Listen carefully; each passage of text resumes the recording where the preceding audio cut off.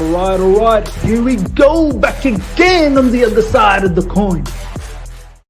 All right. We are back again on the other side of the coin. Ladies and gentlemen, I'm going to be honest with you guys. This is going to be a mind-blowing preview. As you can see, I've got the trio. The boys are here. Taron, Ishan, bringing their flames. First of all, to the boys, I'll go to you, Taron.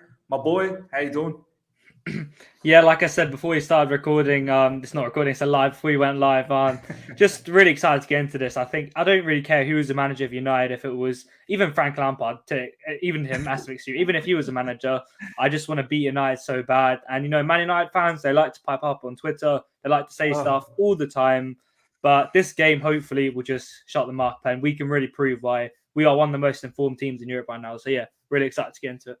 Yeah, Man United fans, just too much swagger in social media. Way too much swagger. We need to. I heard I did this is preview part 2 and preview part 1 with Rob, who's a Man United fan.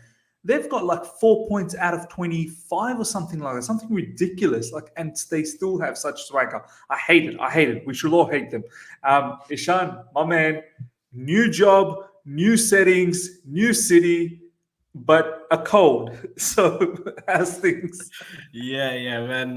This weather change has taken a toll on me. But yeah, I mean, new job, everything's good, and it's been a good first week of the job. And luckily we've got some off day in the weekends, so I can enjoy my Premier League matches. I missed the Juventus watch along, but nevertheless, I'm back for the Man United one. Yeah. Heaps of people in the live chat were like, "Where's your sidekick? Where's your sidekick?" And I'm like, it's very late at night. He's got work and whatnot, and he'll be here for the weekend. But yeah, can't wait, honestly, Ishan, for the watch-alongs for this weekend. Ladies and gentlemen, we've actually got a watch-along tomorrow, which is tonight for me. Arsenal versus Newcastle. We are going to be cheering Newcastle for their first victory.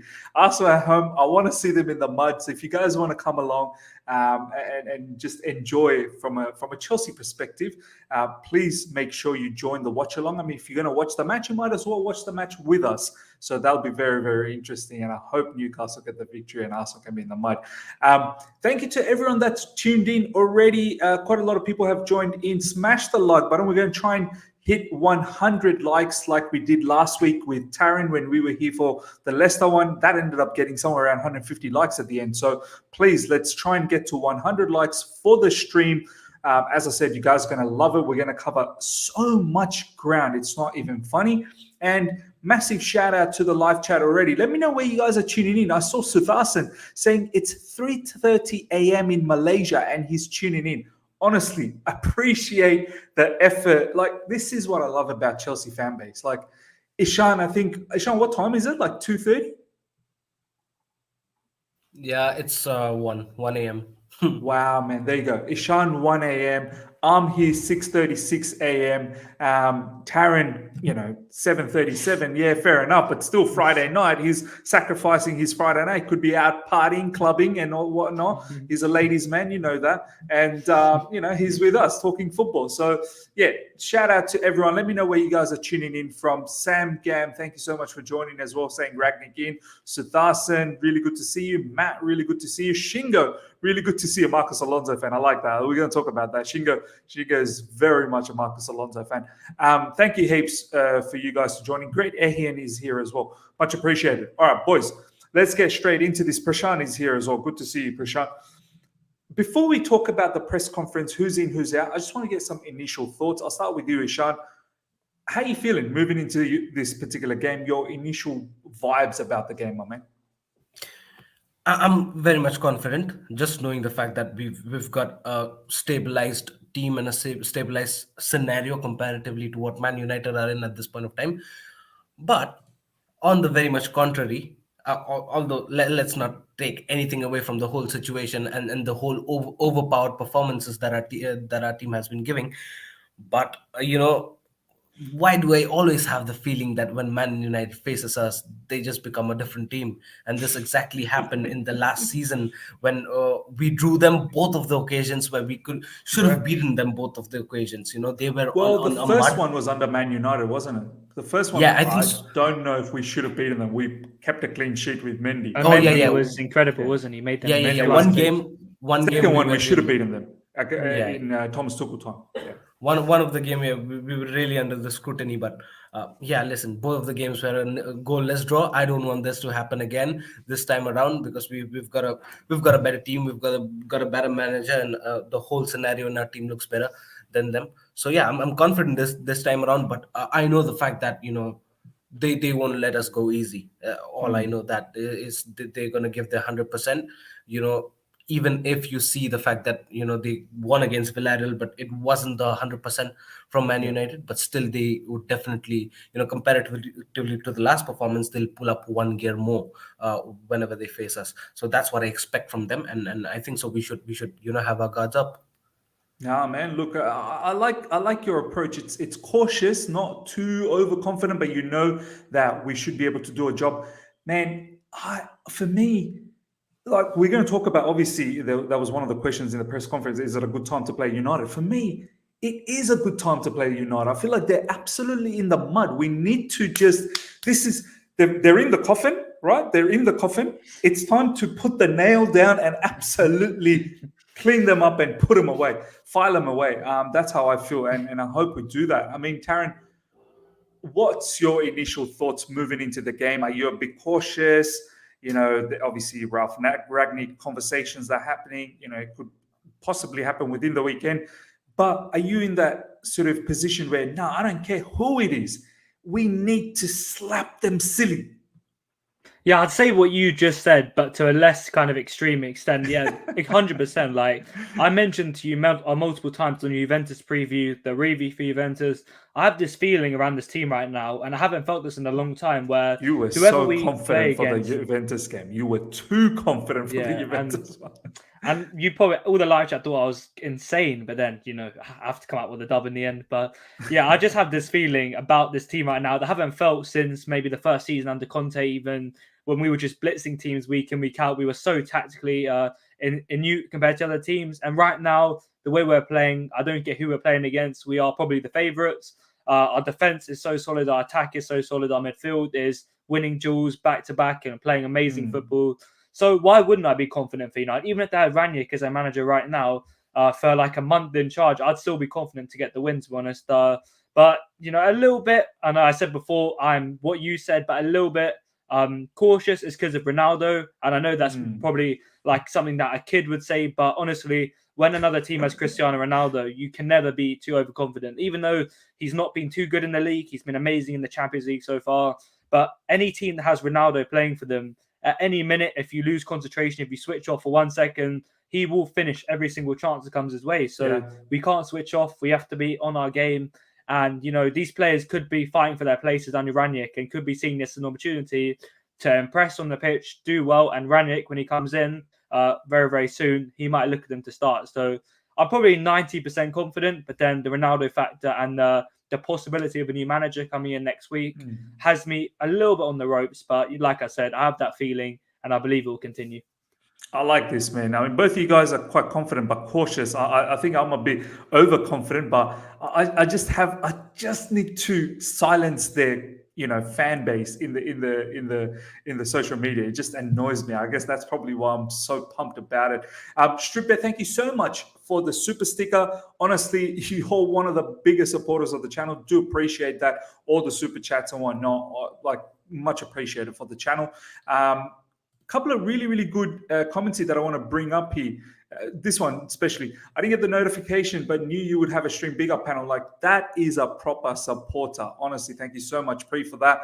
And a lot of people are saying 5-0 minimum, 4-0 minimum. We're going to talk about, obviously, the score prediction down the track. But let's continue on with now talking about the press conference. All right. Let's talk about that injury front.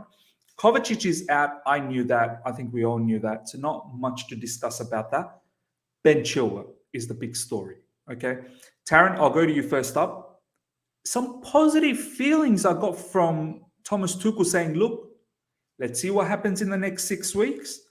The player seems not too bad. It could possibly recover in the next 6 weeks. it is a tear in the ACL where if it's not a grade, apparently it's a grade 2 or it's not a grade 2. I don't know exactly. It's the lesser one, basically. It does have the ability to heal itself. And if you don't need a surgery, then you can look at possibly coming back early next year around January, mid-January, end of January, something like that. But after the 6 week, if it hasn't recovered well enough, then you'll need a surgery and then you're gone. That's it. Like you're out for the season because after that you need recovery and whatnot. But Thomas Tuchel, Taron, kind of gave me a feeling. Let's be positive. It could probably recover within the 6 weeks' time. Before we talk about the injury, Taron, how much of a big loss is Ben Chilwell, man? I know the live chat is saying, we've got Marcos Alonso, we should be all right. But how much of a big loss is this guy, in your opinion? It's absolutely massive because he was absolutely crucial to the way we're playing right now. His dynamism going forward allowed us to rotate positions much quicker, allowed us to counter-attack teams better, allowed us to constantly apply that pressure. If you remember in the first few minutes of the Juve game, Chilwell was straight away getting in there, trying to get a shot away, causing issues. And that is what Chilwell does strike out to me a lot as a great player, is his intensity, his intent to always counter-press. He never really gives up. He will always run back. And then in 2 seconds, it all would be supporting the forward. So I think it's unfortunate for Chilwell. He had a very difficult start to the season and a very difficult summer at the Euros. He's come back in absolutely electrifying form. I'd even say the best form of his whole career. Scoring goals, assisting, linking up with Hudson-Odoi so well.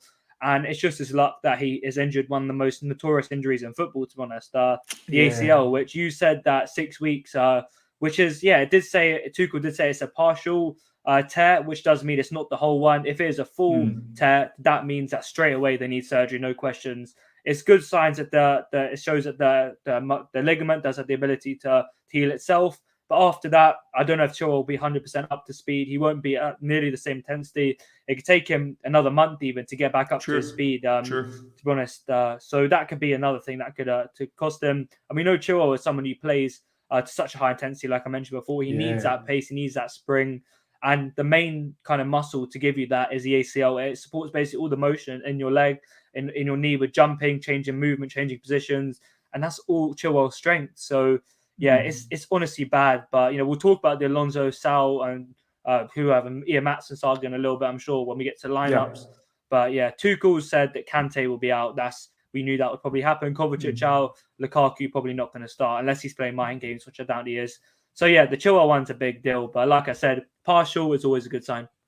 Yeah, man. Ishan, from your perspective, Thomas Tuchel was asked the question.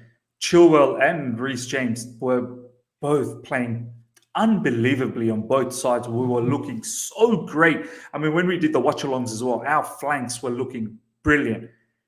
Is it going to be a bit of a compromise without Chilwell, or are you one of those fans thinking Alonso could still do a bit of a job here?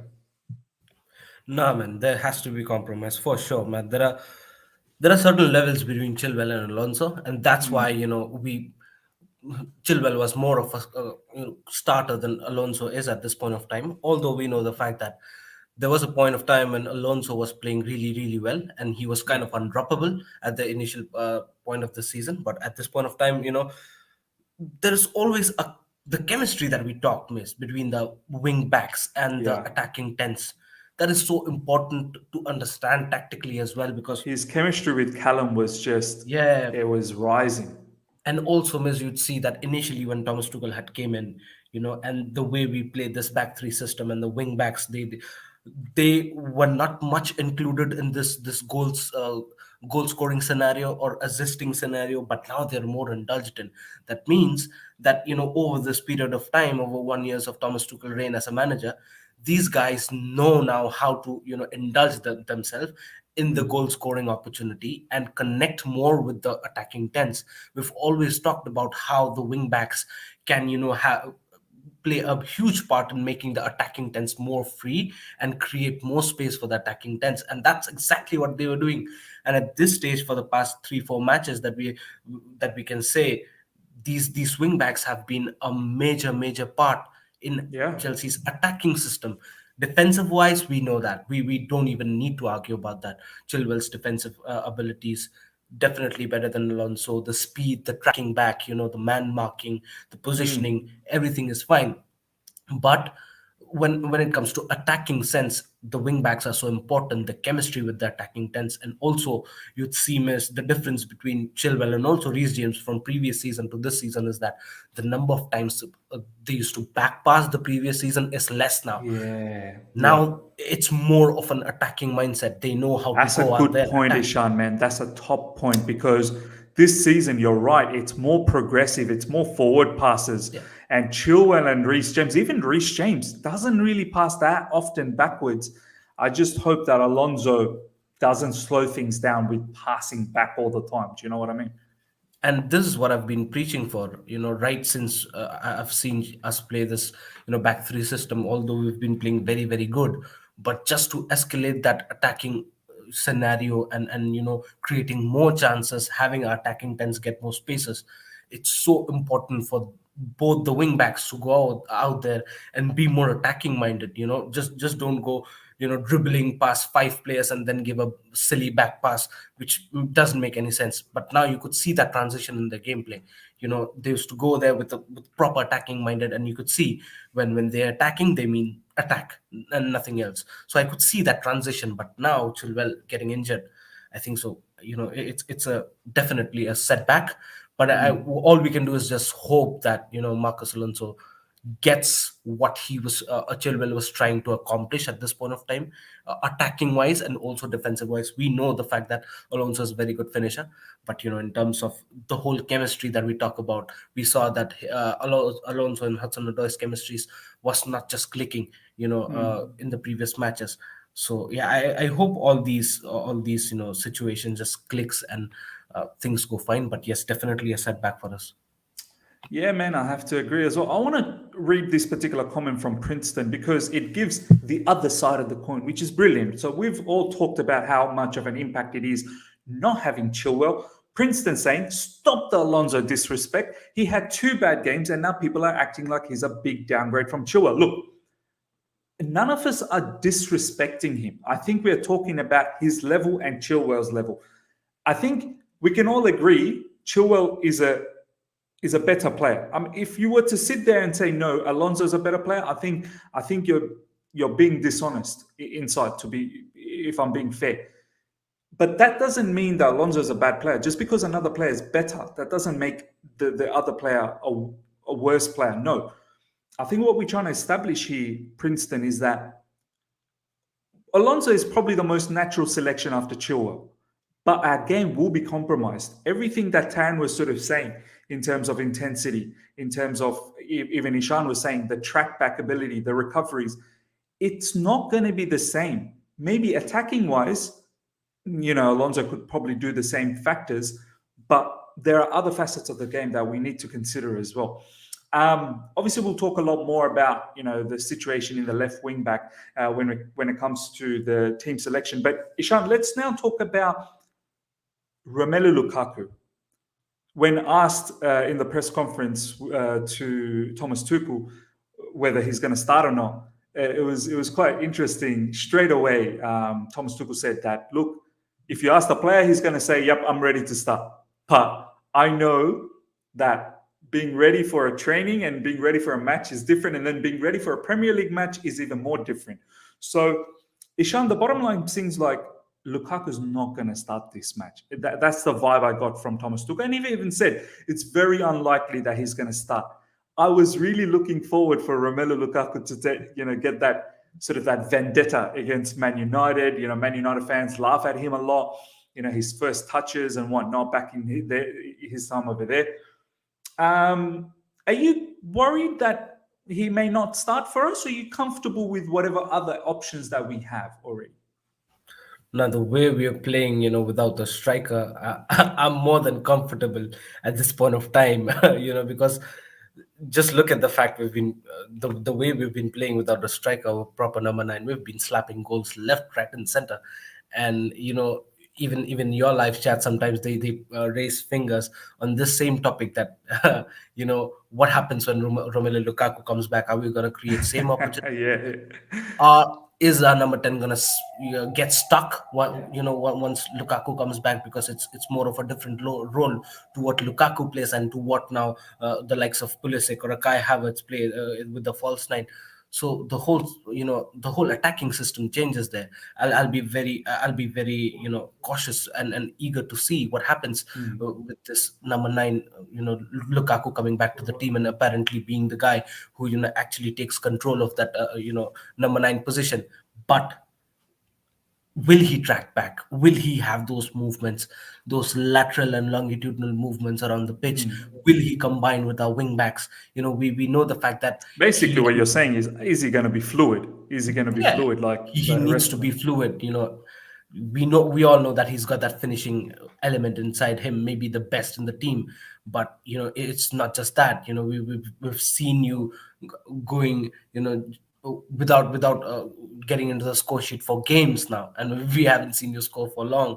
So that's kind of a concern when you see that. Even if you're sitting on the bench and you're seeing that your team is playing in some different level, scoring 4 goals, 3 goals every single game, and when you come back, if your team does not perform at that level, if not in terms of goals, at least in terms of intensity, then definitely there are going to be tactical questions raised at you. And I'll be waiting to see how Lukaku gels up. But at this point of time, it's so important for him to just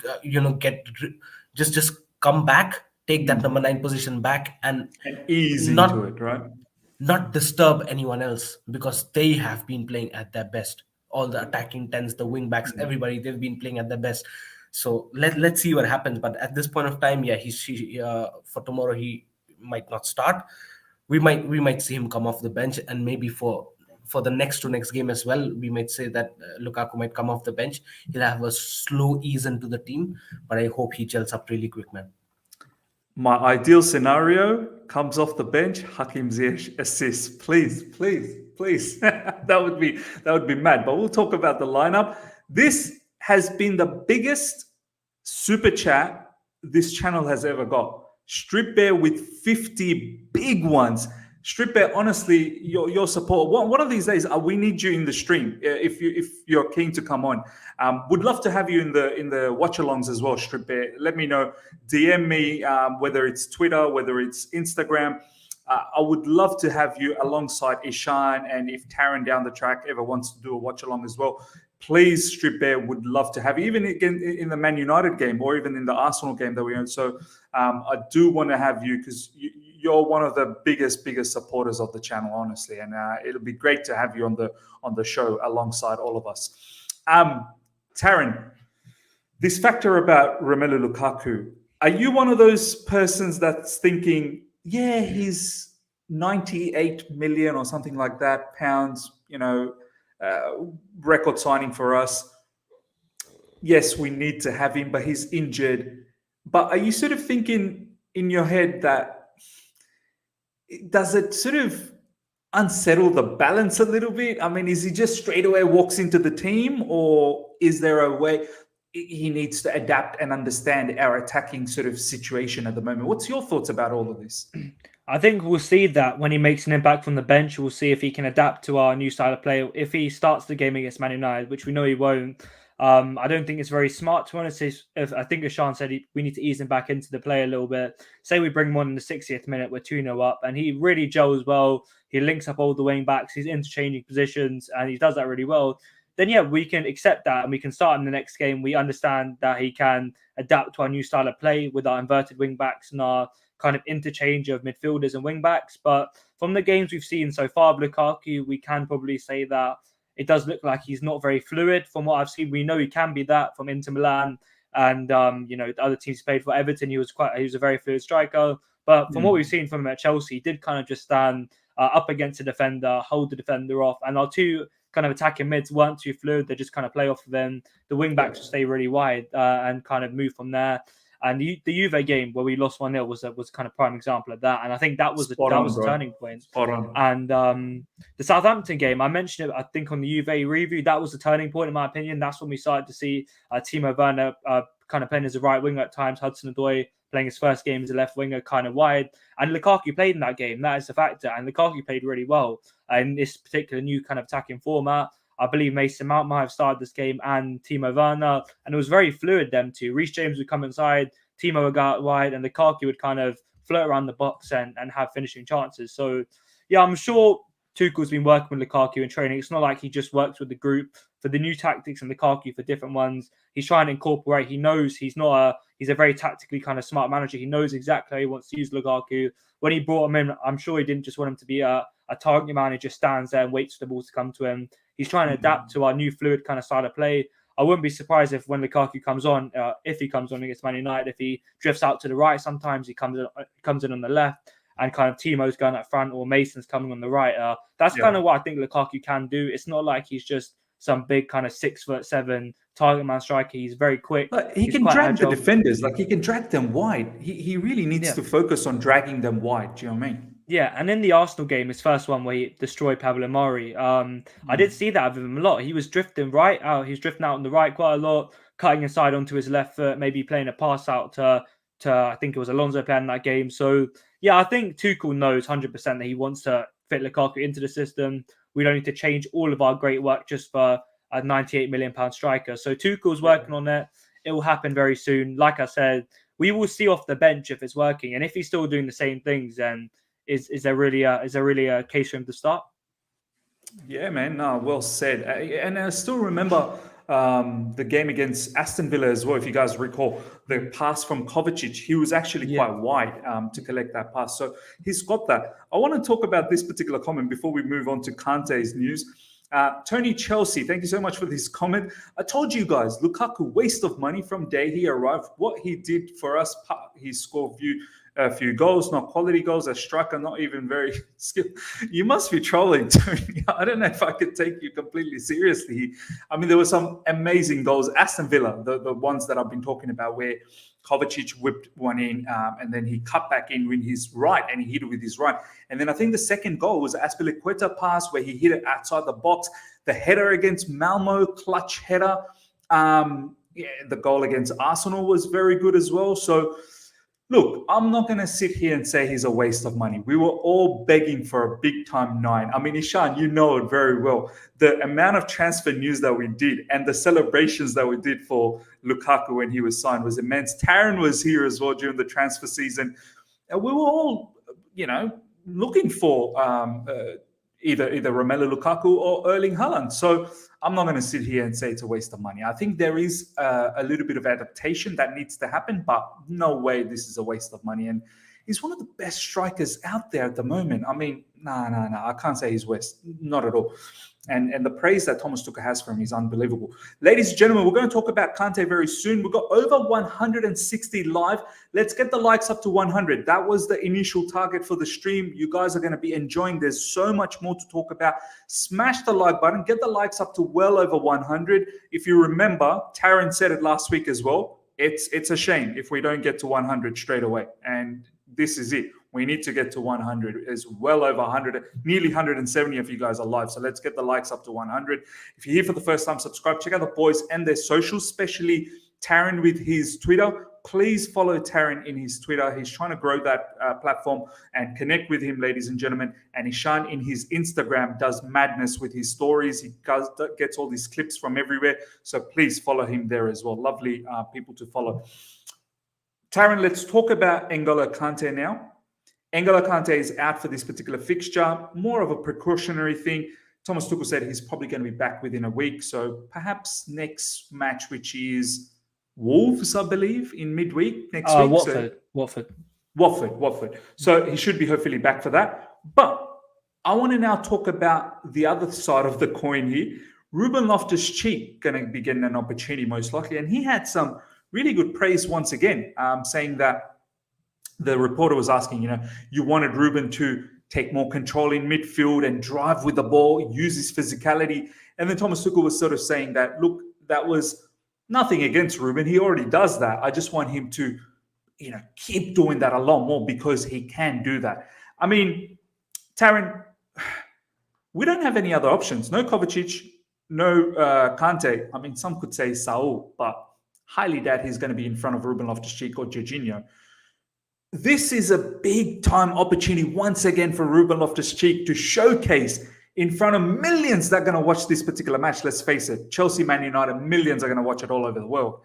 Taron, what a big opportunity for the bad boy Ruben Loftus-Cheek to rip apart McFred. Do you know what I mean? And I think he's going to take it, to be honest. He's been building up slowly. He came off the bench.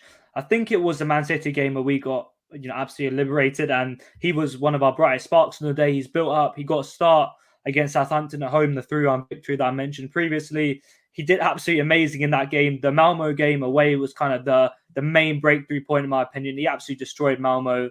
And most of our players actually struggled in that game, apart from Ruben. Then apart from that, we came back from the international break. He didn't play the first game. That was actually the last game. He did kind of come off the bench in that game. He did really well.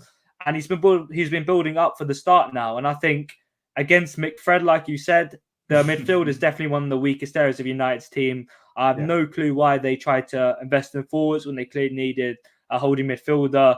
And Fred really struggles against physical players who are trying to kind of break through the team. I hope Ruben Loftus-Cheek drags Fred, just grabs him by the collar and come along with me. You're coming for this drive. Like walking a dog. But there's a lot of pundits who still rate Fred, but I honestly don't see it. I think his Brazilian passport must be some Bradford passport. It's definitely not Brazilian, but yeah, I mean Bradford passport. that's not even a country. That's not even a country. Don't worry about it. But yeah, Ruben's been building up slowly, and he's going to get the start in this game unless Barkley makes a late kind of stake in training, which I don't think he will. Sam Niguez, don't think he will start in this game personally. But like you said, I said it before the Reece James kind of performance against Juve. There's going to be millions of people watching this game. He has to step up, and if he does, where's the disrespect going to come from? Reece James stepped up. He scored a banging goal, and he could have scored 2, to be honest. And got this an game, as Ruben, well against Juventus, got an assist. Exactly. And Sky Sports Super Sunday, that's always a time to make an impact. There's always a Gary Neville kind of thing after with Jamie Carragher, Micah Richards, Roy Keane, all these kind of pundits. And that is the time where it gets analysed a lot deeply to see your performance. And if Ruben goes out there on that pitch and establishes himself as one of the most technical kind of strong players on that pitch, dominates the game and is crucial to our victory, I think Tuchel's going to kind of recognise it more. The whole of the world is going to recognise it more. It could be a big turning point. Like I said, the Malmo game was big, but playing against Man United at home, under the lights of Stamford Bridge, it could be huge for Ruben in this game. And, Kovacic coming back is going to cause a lot of stir. He had a great start to the season. When Kante comes back, it's going to cause a lot of stir. So every time Ruben gets even 1 minute on that pitch, he has to do something special, in my opinion, because that midfield area is quite compact. We have many world-class talents, European summer winners, World Cup winners, Kovacic, who's, like I said, been amazing this season. So every time he gets on that pitch, he needs to make an impact and prove to people that he should be starting. And another Cobham player doing well for us. You love to see it. Linking up with Reece James on the right-hand side, I think that is quite cool, quite a poetic thing. Chalobah, Reece, and Ruben Loftus-Cheek, the kind of Cobham diamond. It was beautiful to see against Juve. And when he came off the bench against Juve, I thought he was absolutely sublime. He broke through Adrian Rabiot like he wasn't there. He kept driving through, and the footwork for the pass, Hudson-Odoi. You know that clip. Fantastic. You know that clip, Taron, where he just broke. Are you talking about that one? Where he broke through and literally just everyone just shambles everywhere, just tossed around. Exactly, and that is Ruben's kind of unique selling point in our team. Let's be honest, it's his strength. Not many players possess that strength, let alone Chelsea. Even in the Premier League, you can't think of many midfielders who just break through people like that, like they're not there. So that is a big attribute to have. He stands out in that kind of way. And like I said, against Pogba, even if Pogba's starting, I back Ruben to absolutely dominate the middle of the park and destroy Michael Carrick's United.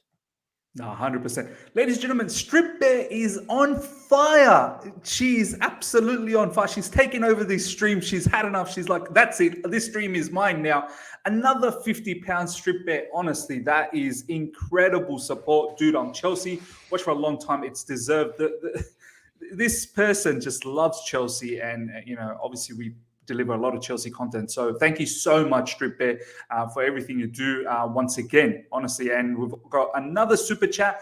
The Teenage Aspie, Taron's mate.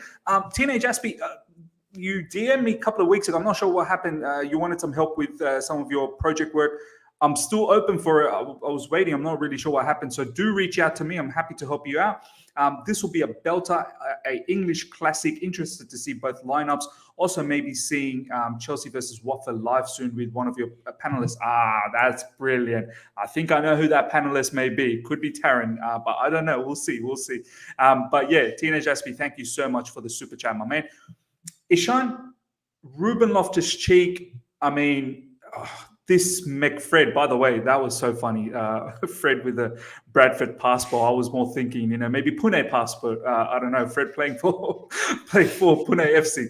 I mean, ISL Ishan, settings. Forget about EPL. ISL settings. Yeah. ISL settings.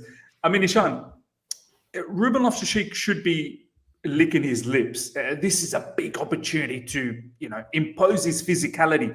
And I feel like a player like him could do a lot of damage to this Man United team, man. Like mentally could do a lot of damage for them. How you feel about this prospect of Ruben starting alongside Jorginho? Probably the only option, as I said. So probably not going to get that start here. Thoughts on Ruben Loftus-Cheek, Ishan? I'll start with, a bit of a concern there, but I'll pick it up. But the thing here is, I just hope that he does not get injured. You know what I mean? It's gonna be detrimental for us if he gets injured. I think so. This will be one of the indications from our managers as well, knowing the fact that we don't have much options after Loftus-Cheek. We might need to play the likes of Saul there, which kind of you might take it as a loophole there in our team where you can try to take an advantage of that whole area. But at the end of the day, Loftus-Cheek has been playing at his peak. I'm getting those sorry time vibes. He's absolutely balling out there, be it in the midfield, be it from our own half to their half to the final 30-yard box. I mean, this guy is unbelievable, and he's just escalating. Right since this season started, nobody knew that Loftus-Cheek would be, such an important player for us. We thought that he might go out for loan, and we thought that he maybe Chelsea approached for his loan, but a lot of us thought it was finished, Ishan. Like his time was finished.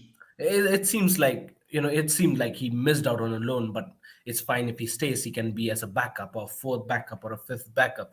Look at him now. He's a straight substitution to Kovacic, a straight substitution to Kante if Kante is not available, and that's the mentality, that's the strong mentality of Loftus-Cheek that he's inbuilt in himself.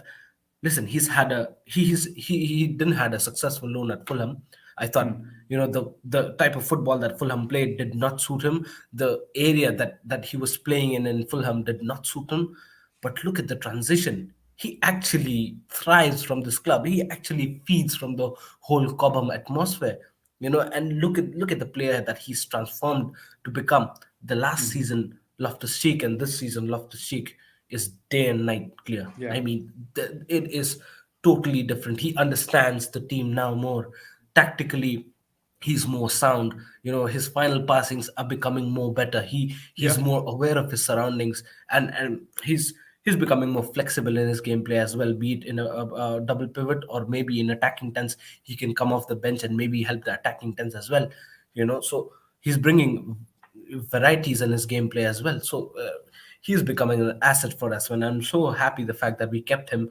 Thomas Tuchel, believed in him, and he took the opportunity, and he worked hard right from day one. And all I can say is, maybe Loftus-Cheek is the only guy, when I talk about the attackers and the midfielders, I can see escalation right from day one. From day one, the graph has just been increasing and no declination. Every game he's played, maybe the always team impact. might not, Every game, impact. yeah, the team might not be that up to their toes, but he comes in and just lids the whole thing up. So yeah, man, props to Loftus-Cheek, and I'll be looking forward tomorrow. How does he play? He'll definitely gobble up McFred, gobble up like a burger in McDonald's. I'm telling you, and the name also sounds something like that. McFred for a McChicken and a McChicken, McNugget, Mac Maharaja, Mac Mini, whatever it is. He gobble him up like some McDonald burger. But yeah, I just hope that he does not get injured. You know what?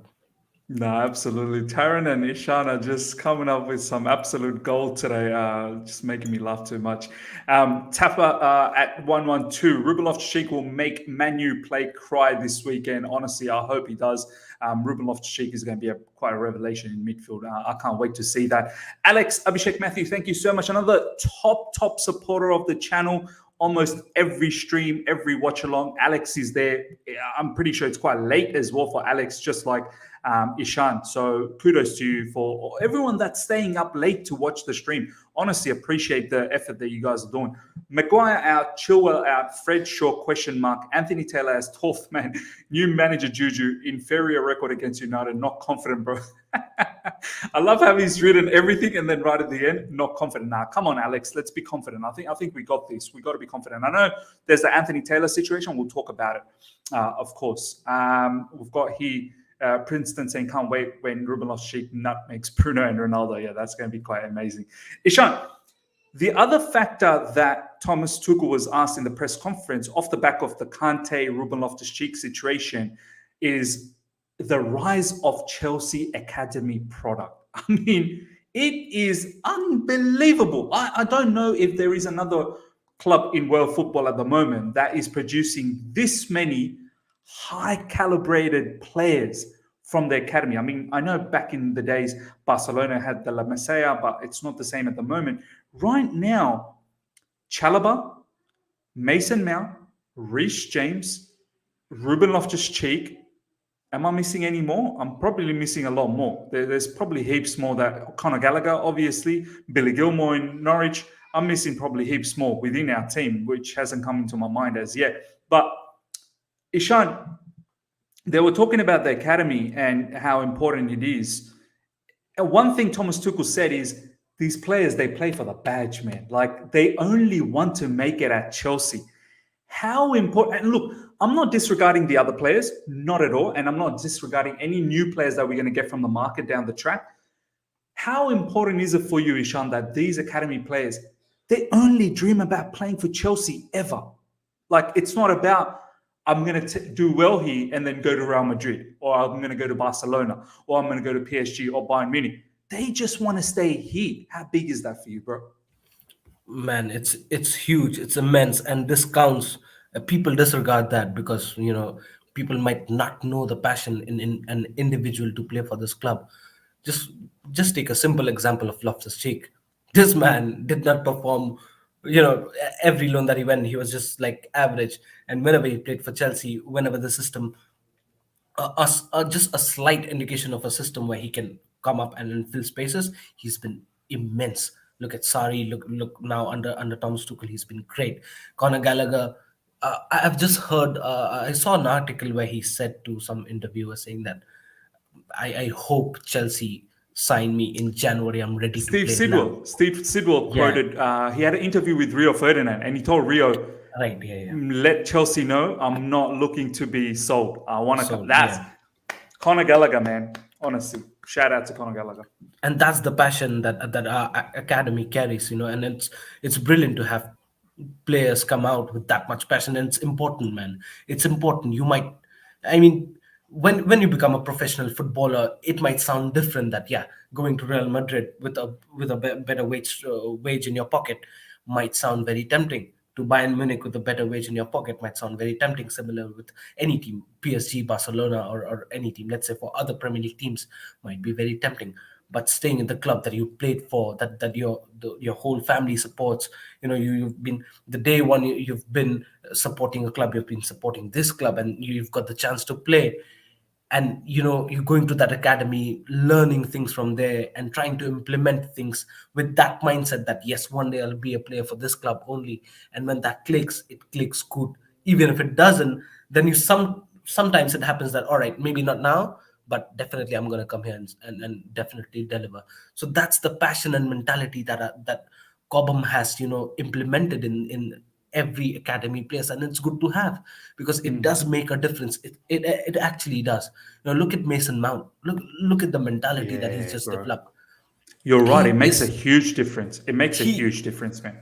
I mean, he's not a single person concerned when Kai Havertz came in, knowing the fact that Kai Havertz would be a straight replacement for him. Could have been. Could have been. You never know. If things did not went right at that point of time, knowing the fact that Kai Havertz, one of the most expensive players that we've bought in, he could.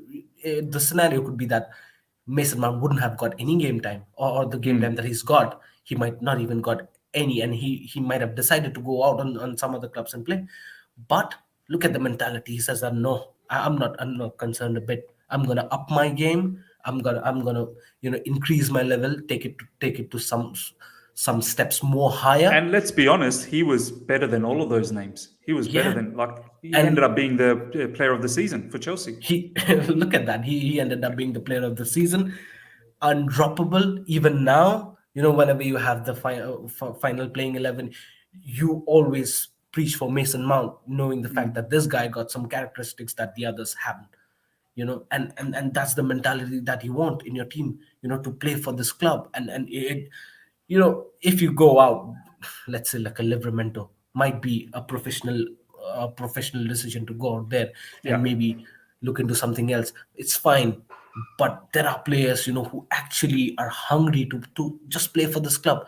Conor Gallagher is one more. You can take the example of Loftus-Cheek. He's been showing results. Yeah. Loftus-Cheek didn't want to go. He didn't want to go on loan. He wanted to stay here. Like, He it's didn't want to amazing. go, showing results, and it helps. Also, the upcoming players are gonna be mad, and Cobham definitely is ruling the world. Definitely is ruling the world. You might not see this now because they're just budding now. Maybe you could say the likes of Musiala, who's absolutely smashing there in Bayern. Every opportunity that he gets, he just turn into flames. But yeah, I mean, a couple more years down the line, you'll see many players. You'll see Livramento becoming world class like Reece James has. And I know that. I knew that right from the beginning. I know that he was going to be a superstar right from the day one. And there are budding academy players as well. So when they come up, the whole institution of Chelsea, gets that recognition, worldwide recognition. It helps, man. It helps immensely, and for us, for the team as well. And we know that means during the transfer times. And now, when there is a severe injury to some player, and you are in a Yeah, crisis of a man. player in a position, and you're nowhere near a transfer market or a transfer season, you need to check your academy, and there will be quality players who would be hungry, and they would have the opportunity. Maybe it is a premature opportunity, but still they're hungry to play for this club, and they will actually come in, learn, and then also deliver. So it's a very, very important part for a football club, and I just hope that even the budding talents that are coming up, they have that thrive to play for this club. And if that's the case, maybe we'll have something like La Masia in coming future years. Nah, 100%. I mean, Taron, you're a massive advocate of the academy. You love the academy. You've always, big up the talent that's coming through. Another one that's coming through is Harvey Vale as well, that we haven't really touched on. He could be in contention. I mean, some of these players, as Thomas Tuchel said in the press conference, we know how good they are. They're training with us. We can see these guys are damn good. I mean, Taron, how do you feel like, as what Ishan said? I feel like Cobham's going to win the World Cup one of these days. They could just go to the World Cup and win it. I mean, Taron, it's such a good factor to have that you don't have to just splash money all the time. You can just go into the pool and pick someone out. What does it mean for Chelsea Football Club, man? For me, I think that's incredible. I think it's in our DNA, to be honest, and it is crucial to have a homegrown kind of DNA in English clubs, especially. Most clubs around the world should have some kind of bridge between the first team and the academy. I think it's a massive factor over the years. I don't think any academy would even rival La Masia my whole life. The talent they produced through that, Xavi, Iniesta, now Gavi, Pedri. But you have to say, Cobham is coming very, very close to La Masia at the minute in terms of our production of players. We're producing players who maybe they won't start for us, but they're regular Premier League starters. You mentioned Tino Livramento just now. He's come straight from academy football, not even going on a loan or anything, straight from playing the under-23s and our under-21s to being one of Southampton's best players this season in a very competitive Premier League. So I think that's just testament to Roman Abramovich, who invested a lot of money in our academy back in, I think it was 2005, 2006. He invested all this money to have great facilities, to upgrade our academy kind of structure. and make a great bridge between our academy and into our first team. And you also mentioned Harvey Vale there. I actually wanted Vale to be involved against Malmo off the bench. Fortunately, it didn't happen because we only won. You did, actually. Yeah, actually, I'm a big fan of Harvey Vale. I think he's absolutely class. And for a 17-year-old, 17 or 18, to be involved in the first team with the sheer amount of talent we have right now, the sheer amount of squad depth, I think it shows how big of a future he could have, in my opinion. I do predict him to be the Academy Player of the Year this year. I really do predict him to be. I think he could get a Premier League loan next year, even to go straight from like a Tino Livramento, straight from the Academy into the Premier League. I think he's class. And yeah, like I said, it has to be in our DNA. Chelsea is not just a club like we were maybe 10 years ago who just brought in talent, brought in squad players for big amount of sums. Come on, like look at Danny Drinkwater. We brought in a £35 million squad player into our team. And that's come to bite us. Yeah, Bakayoko, but he was more of a starter. Yeah. But we brought players like Zappa Costa just to fill a role. And we can see now. Baba Rahman as well. Yeah, Baba Rahman. You know, we could literally list them all day. There's no point. The stream will finish at 5 a.m. in my time. So yeah, it's just amazing to see. We don't spend any money. People think that we spend zero money on these players, but that is a transfer fee. We spend a lot of money to develop these players in the academy, to spend academy fees, to pay the coaches, and we invested a lot of money from the club into developing this great pool of talent right now. And the way it's looking, it could be sustainable for the next 10 years. It's not like other academies where sometimes they have a great crop and then 5 years later it could drop down. We're producing great talent year in, year out right now. Back in the Tammy Abraham kind of academy period, they had some great players in there. Like Reece James, and I think Loftus-Cheek might have been involved in that one. He might have been a few years older. But every year there's more and more talent being brought in. And when our Academy Player of the Year is announced, you know that they're going to be a top player. Billy Gilmore, Conor Gallagher, Tino Livramento, this year, Harvey Vale. They're all players that could go very far. And I think teams look at our academy, they look at our academy players, and they look at them as potential loans. They look at them as potential transfers. That's how good they are. So true, bro. Like you look at the Premier League run by our academy. Exactly. Conor It's Gallagher, like Lamptey, Tino Livramento. It's like this league is going to be like 50% Cobham one day, the way it's looking, the projected 10 years. So yeah, it's crazy. It's almost like a dream to be a Chelsea fan, to see your club so connected in terms of having homegrown talent. Seeing players like Hudson-Odoi, Reece James, Loftus-Cheek, Chalobah dominate a massive European game against Juventus. It's just so wholesome, so heartwarming, and it just makes you so proud to be a Chelsea fan. That's what being a Chelsea fan is about. To be honest, that is in our DNA, like I said. And yeah, like I said, there's not many times that I've been this happy and I felt such a special feeling in terms of the unit, in terms of the squad, in terms of the academy. And yeah, it's just making such a smile on my face and such a smile on so many fans' faces at the minute. No, 100%. Stripper, you are killing this stream.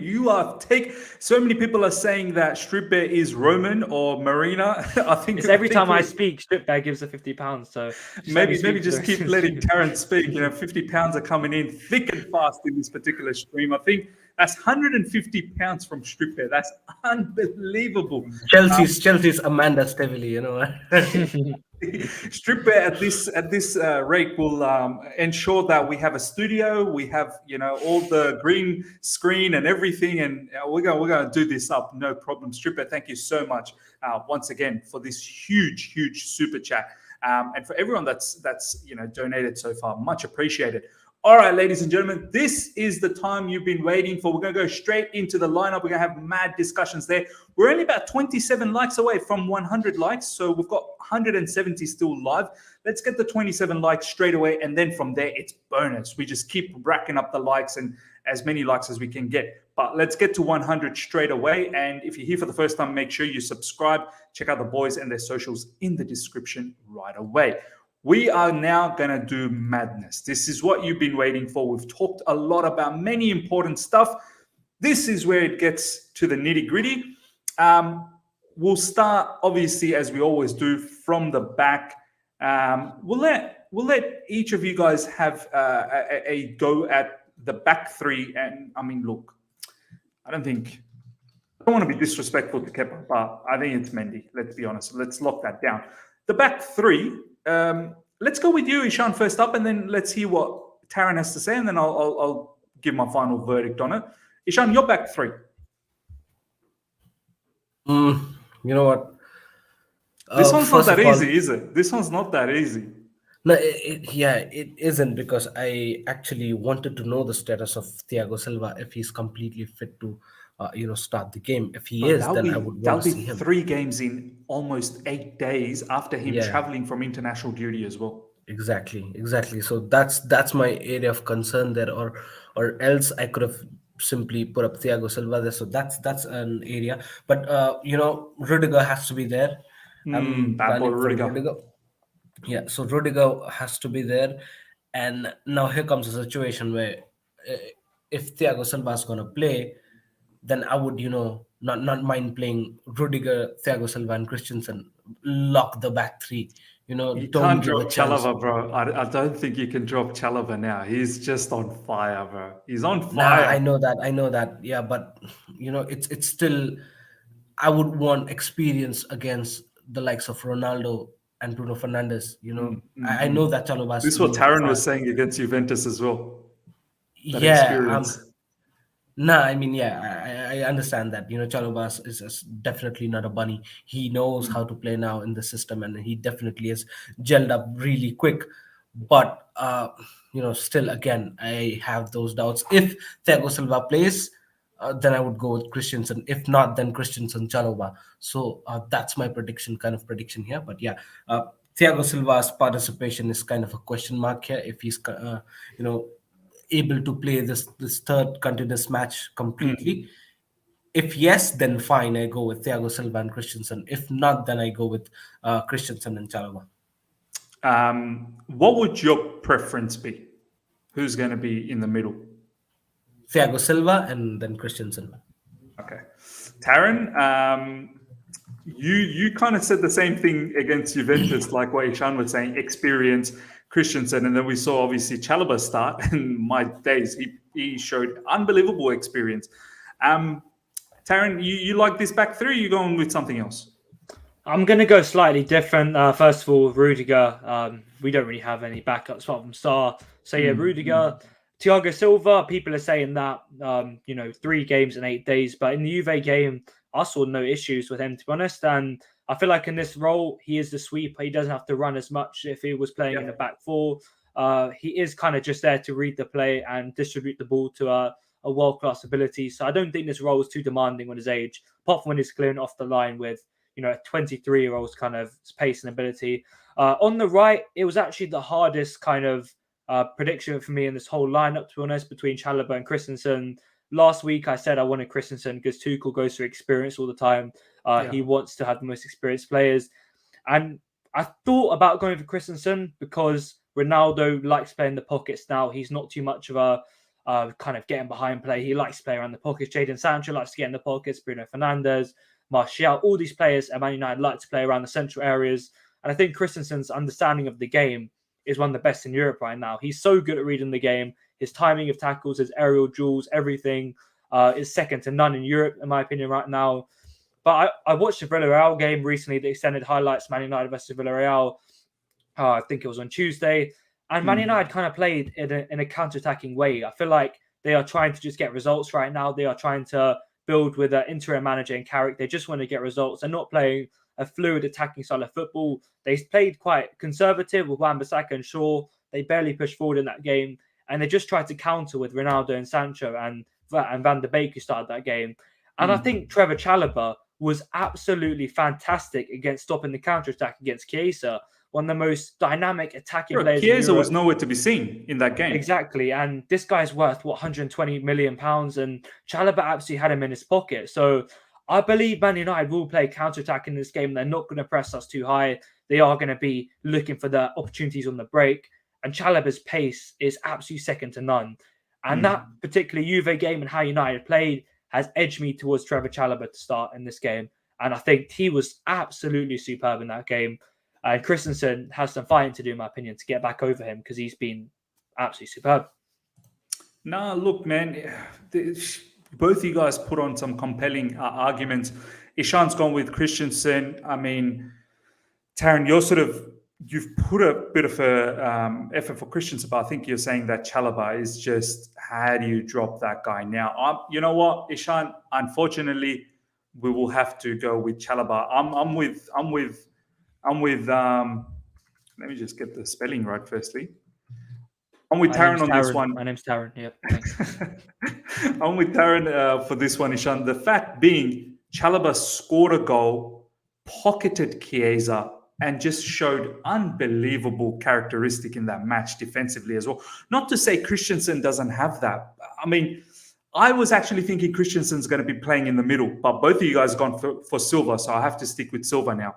I was actually going to play Christensen because for me, Silva, 3 games in 8 days. Wow. But I know a lot of people in the live chat are saying he should have enough, rest after the Juve game to recover for this. So look, yeah, perhaps, why not? And in that case, either it will be Silva or Christensen in the middle, and we'll have Chalobah on the right-hand side.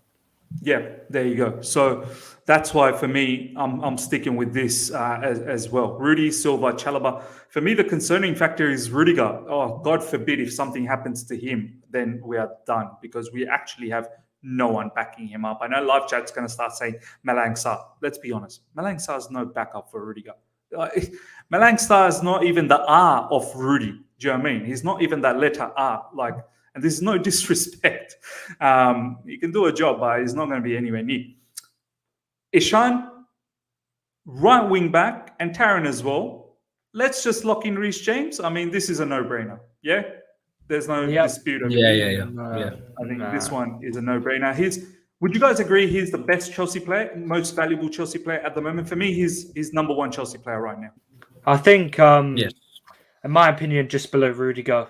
Just a little bit, because I think Rudiger's droppable and he's been our best player since Tuchel came in. But yeah, I think very, very close to Rudiger. Ishan, best player? But the thing is, Thomas Tuchel has got no choice with Rudiger.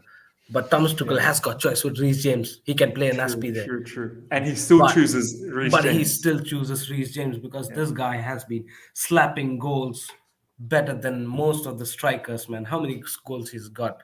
I mean, Aubameyang and Lacazette combined has less goals than Reece James. Maybe, I don't know the stats things, but it is what it is, man. Arsenal in the mud. Yeah. No, man, you're right. Reece James, I think last I checked, all club competition, 5 goals, 5 assists. Wow. Unbelievable. Okay, boys, this is where the all big discussion is going to happen. Ladies and gentlemen, let me know what your thoughts are. I know Shingo straight away. I know it's Alonso for you, but the rest of the live chat is against Alonso. This is where I want to see what happens. I'll go to you, Taron. Is there Marcus Alonso for you? Undoubtedly. Or does other players actually get a look in? Azpilicueta, Saul. I mean, I've got just quickly, ladies and gentlemen, I've got the poll out at the moment. Please, we've got 261 votes. Let's keep voting to see where this goes. 261 votes. Overwhelming 59% for Marcus Alonso, Aspi 15%, Saul 15%, 11% Callum Hudson-Odoi, which I don't like him being an option, but some people are saying, yeah, he's an option. Taron, is it Alonso or is it someone else? I must be honest, I did cast my vote on your particular poll to Alonso for this particular game, and I'll tell you why I put my vote towards Alonso. In Tuchel's post-match presser after Juve, he was asked about why he brought on Azpilicueta instead of Alonso, and he was kind of laughing, and he said, we were going to bring on Aspi on the right for Reece James, but then Chile got injured, so he had to bring on Aspi, and he didn't think about it. He was like, he's played under Mourinho, so why not, let's play him on the left. If he would have said, you know what, I thought Aspi deserves to play, he's been on the bench for a while, Alonso's not. If he said something along them lines and he was kind of edging towards Aspi, I'd have been like, this is a certain plan for Tuchel. He knows that Aspi's played there before, and not maybe in a wing back, but in a left back position, and he knows, but he just looked kind of joking. He thought, I should have probably brought in Alonso. He knew it was going to cause immediate uproar. And I think Tuchel does rely on Alonso sometimes. He's not someone who will just play him over Chilwell. Obviously, Chilwell's been too good to be dropped, but Tuchel does not hesitate to play Alonso in these types of games. Alonso always steps up in big games. Tuchel knows that. He mentioned quite a lot at the start of his reign that this is basically Alonso's position. He owns it. He was amazing under Kante and both seasons pretty much. But if it was my choice, and obviously there's a reason I'm here and not in the Chelsea dugout, I would have said Azpilicueta 100%. I think he's more intent. He's more of a leader. He can link up both Hudson-Odoi. He can do so many more things than Alonso, in my opinion.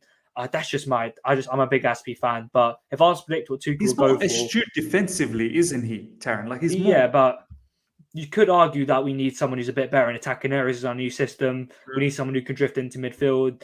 And I think Alonso right now, if he's in the positions that Chilwell's picking up and he's kind of in them central areas, he can do a good job. It's just about the intent when he's pressing, the intent to counter press, the intent to get back. And and I know, and Ishan knows, and everyone in the live chat knows, Alonso is great. Shingo doesn't know that, by the way. Okay, Shingo, this is for you. No, I'm joking. Alonso is always Shingo, great in one-off games. Yeah, Shingo, we all love you. Alonso is great in them kind of one-off games. He always performs. The Tottenham game and the Lampard, he was absolutely superb. He's always a big game player in my eyes, Alonso. And while Man United are going to be counter-attacking tomorrow, possibly with a back five, I saw somewhere in the live chat, someone Mark Goldbridge might have predicted or something like that. I think Alonso will start, in my opinion. Fairs. I mean, Ishan, we can sit here and ponder about many options, but is it probably most likely Marcos Alonso, bad boy Marcos Alonso, making a comeback, remontada? I was thinking about Baba Rahman, man. Why are we talking about Marcos Alonso here? No, you know that it's the first choice after Chilwell is Marcos Alonso, and as far as Alonso is concerned, I think so. We shouldn't be worried much. I know that there are levels now. The way Chilwell has just outclassed everybody in the. He's put the standard up. Like he's definitely put the standards. If you'd like to say, probably. I mean, I can't recall any left back in the Premier League better than Chilwell at this point of time. Before he got injured, last year you could have said not even Robertson. Shaw. I would even say Robertson at the moment. Robertson. It's been 2 years I haven't seen Robertson. Last year you could have said Luke Shaw, but this season it was Chilwell. But unfortunately it is what it is, and speedy recovery to Ben. But looking at Marcos Alonso, I think so he comes up straight. We shouldn't be worried much because it wasn't just too far away from now that Marcos Alonso was consistently playing at this position and he was performing well. We all knew the fact that Chilwell was ready to feature, but it was Alonso's consistent performance against good teams that allowed him to play consistently, making Chilwell benched for that more elongated term. This is a big point, by the way. We'll be missing Chilwell's corner kicks. He's been taking corners, and maybe consecutive games we've scored with the set piece situation where Chilwell has assisted. Yep. So definitely one of the points again, and this will be a concern. But I think so from game style point of view, we shouldn't be. We just should be hoping the fact that Alonso comes up and just eases into the situation like we always like to talk about. And also the concern from this kind of substitution is the chemistry between Alonso and Hudson-Odoi that you've spoken at all you can eat as well regarding this whole situation. That I think so this is true, and this is the biggest concern for me. I don't think so. We all know the fact that speed is a concern and him tracking back, man marking is a concern. Yes, those are. But now the way that we've gelled up, together as an attacking force in the team, and Chilwell was one of the prime parts of it. Now, having Alonso come up, it's so important for him to complement Hudson-Odoi or anyone who plays at that now attacking 10th position. It's so important for him. If he does that, fine. Or else, if he hesitates in the attacking front, if he hesitates or does not complement any of the attacking 10s, it's going to be difficult. He's going to lose if he's going to lose position more. If he's not going to pass at the correct time, one-to-one passes becomes weak. Then the whole attacking front becomes weak. So that's my biggest concern at this point of time, and very well pointed out by you as well, Miss. Or else I'm not concerned much. He's an experienced player. He's an inborn left wing back. You know what I mean? Yeah. I mean, Alonso is a left wing back before left wing back was there. So I'm not concerned much of that. But if from attacking perspective, I think so. If he gels up well and has that chemistry going, we should be fine. For sure, man. Let's. I mean, I'm here to back Alonso, no doubt about that. I like this comment from Mark. This is my sentiment, ladies and gentlemen. Aspie is better defensively. Alonso is better in attack. Saul can do both well, and that's what I'm thinking. I mean, defensively, at least Saul can be a body, to be honest. And that's how I'm looking at it. All right, ladies and gentlemen, let's look at the midfield situation. We're not going to talk too much about Ruben Loftus-Cheek because we already have covered him earlier on. I think this is straightforward. There is no conversation to have, to be honest. I mean, Saul is probably not going to start ahead of these two. Kovacic is injured. Kante is out as well, ladies and gentlemen. But just the only thing I want to talk about Jorginho, first of all, Taron, I don't know if you saw this, Italy's path to the World Cup. That was a bit of a shocker for me. How is Turkey, Portugal, Italy in the same path, and then you have all these other rubbish teams elsewhere? So Italy or Portugal, one of them will probably miss out here. Both won't make it to the World Cup. I mean, Jorginho, there's some important moments coming up for him. Yeah, I mean, I still think Italy will get through, to be honest, and it's just a luck of the draw, unfortunately. I'm sure there was no kind of, hopefully FIFA didn't kind of rig the draw and put Italy and Portugal together, but I'm sure they would have won both teams. What was it? Was it random or was it seeded? Yeah. Was it? I'm pretty sure it was random, but don't hold me to it. I'm not sure, but I'm pretty sure it was random, to put it that way. All the third and fourth place teams. Maybe the third place were seed 1 and the fourth place were seed 2. I'm not quite sure. Maybe something along them lines. But, you know, Italy, there was a lot of talk about the Jorginho missed penalty that could have caused it. But you can't really say that when he was pretty much a player of the tournament and was crucial to them winning the Euros. So, yeah, Portugal kind of deserved it, in my opinion. They were really poor in qualifying. Fernando Santos has not done great with Portugal for a long time now. Can you imagine if Portugal doesn't make it to the World Cup? The Ronaldo fanboys will just be fuming. Bernardo Silva.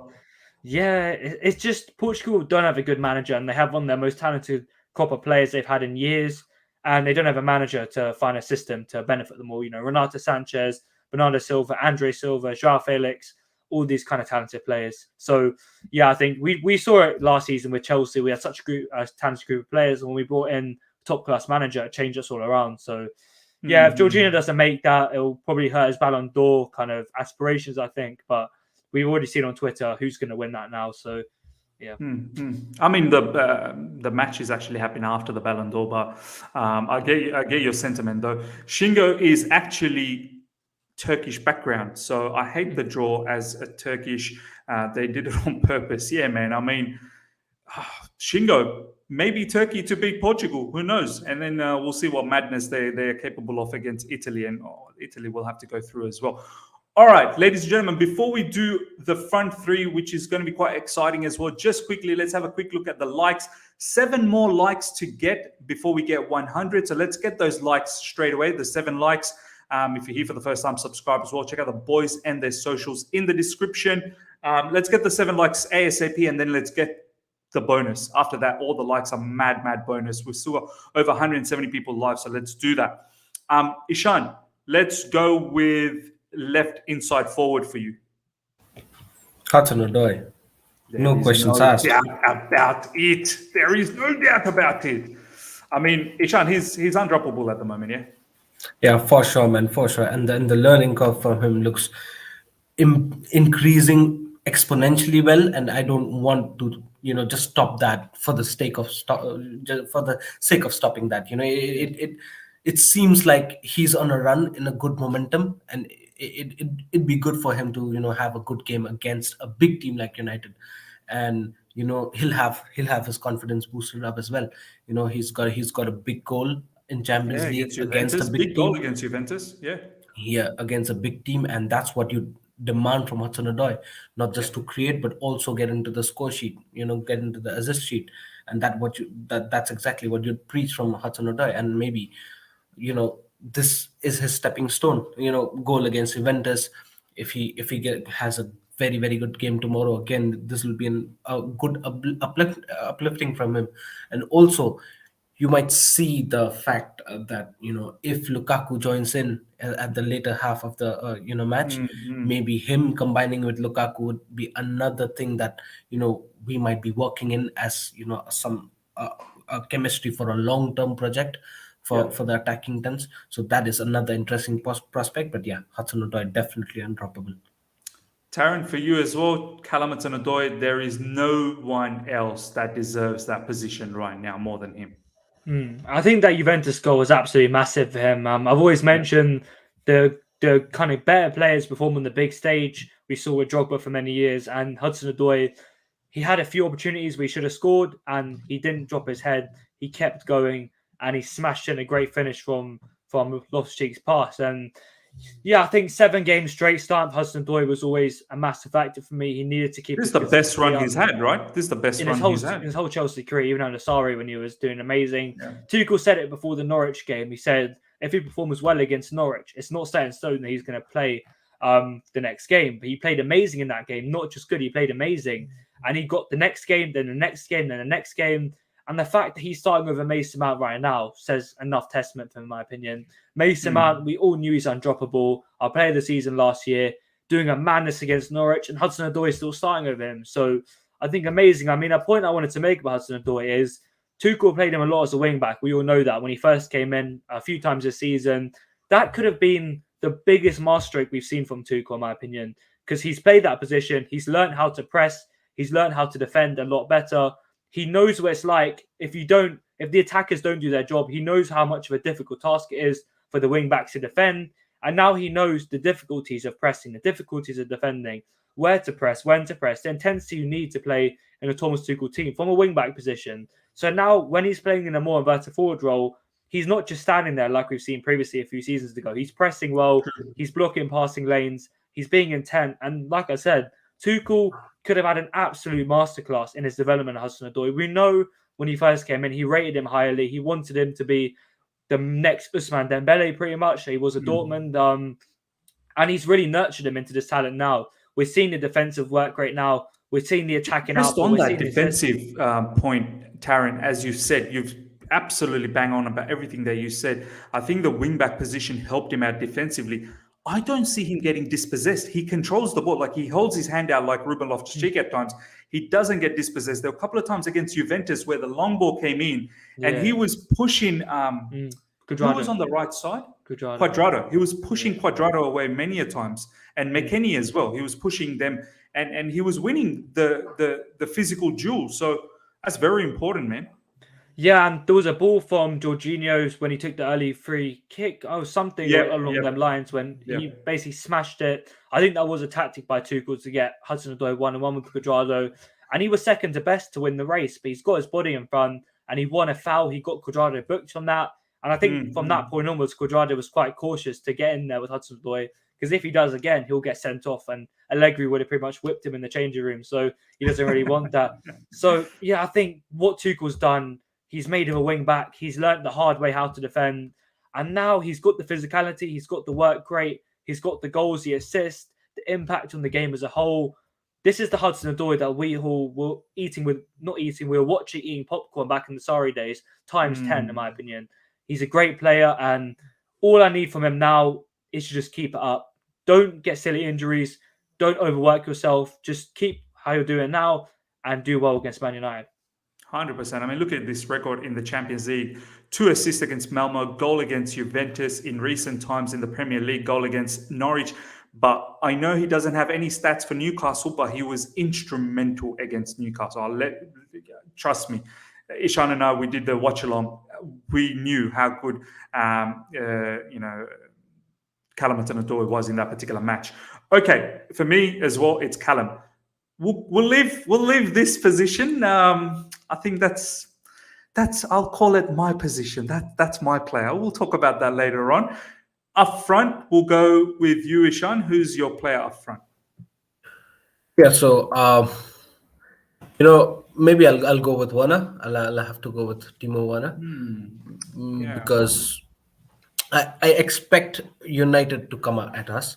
Maybe not just sit back. Yes, they might sit back once they know that they have no options. They might sit back, but I expect them to come at us. So Werner would be instrumental for us just to break the lines, and he's got a goal against Juventus as well. So he's got his wheels up and running, and it's important for Werner to come back to form. Back to the flair. Got a goal against Juve as well. Yeah, he got the goal, an important goal as well for him, for his perspective. So yeah, it has to be Werner. Maybe we had started against Juventus, and again, before that, game as well. Pulisic came on and played as a false nine, in that match as well, where Kai Havertz was substituted and Pulisic came on. So Pulisic could have been an argument here, but maybe Warner got that goal, so I think so. I'll have to go with Warner. And this might be the game where according to the opposition and how they're gonna play, maybe Warner is the one who can actually be utilized very well. Yeah, I like this commentary from Pranav. Pranav, honestly, you come up with some banger of comments, and then my man Taron has been private messaging me and letting me know Pranav again. So, thank you so much for the comments. Look good against Juve, apart from the goal as well. I have to agree, and I'm not. Look, I would have started Pulisic, but my only concern is Christian Pulisic. I don't want to overwork him. Do you know what I mean? Like, he played, I think, against Leicester as well off the bench. Looked electric, obviously got himself the goal. Then he started against Juventus. I wouldn't be surprised if Pulisic starts, and I've got no issues with that. But I think it will be Timo Werner who's going to get the nod over here. He looked very good when he came off the bench against Juventus. His connection with Ziyech, and that's the last position that's left, looked very good. I mean, Taron, that's your boy, Timo Werner. He scored. So are you advocating for him, or you going with Christian Pulisic? No, I'm going with Timo Werner, and another reason why I'm going with Timo Werner is we know Harry Maguire is out for this game, suspended, so that means Eric Bailly and Victor Lindelof will be starting for this game. Rafael Varane is still out with a hamstring injury, I believe, and the last game that Bailly played was the Atlanta game where Ronaldo scored that last goal. And one thing I realised with Eric Bailly is he leaves his line quite a lot to get aggressive with players. He leaves a bit of space to run it behind. There was a goal from Duvan Zapata where Bailly's positioning was completely off. He left this line, he left that gap for a quick forward to run in behind, and they were exploited so much. And that was a big kind of factor why Bailly was dropped for the next run of games. And who better of a player would you need to run the channels and get behind than Timo Werner, in my opinion? We have Hudson-Odoi, you can do that as well. But with Bailly, I think his pace is good, but in terms of holding a line, keeping the right kind of movement in terms of defending, I think Timo Werner could exploit Bailly perfectly in this game. And if he doesn't, and Bailly is good, then we have many options on the bench. But that goal against Juve, there was a bit of confidence about that finish, which is something we haven't seen from Werner in a long time. He didn't hesitate with the finish, straight away just put it in. He knew he was going to score. It was a good finish, wasn't it? It was a good finish. Yeah, it was he smashed it on the ground. Kind of off the studs. It reminded me of Pulisic's goal against Villa, the first game after lockdown, where it came off his studs and just bounced into the top bins, top corners. So he looks hungry. I think it's another testament to the competition we have right now. Every player who comes into our team looks like they have to do a lot and they have to fight. They have to, do a lot to get ahead and start in this really, really competitive kind of environment. And Timo Werner was electric in that Juve game. His touch was good. He looked good when his link-up play. He assisted that pass to Ziyech where he could have scored. So I think I'm going to go with Werner. And like I said before, we have options if it's not working. Lukaku, Pulisic, Havertz, who I've seen pictures of him training today, obviously not in person, but on the FaceTime app. So yeah, I think Timo Werner I'm going to start with just purely for the fact that I think he can get him behind Eric Bailly.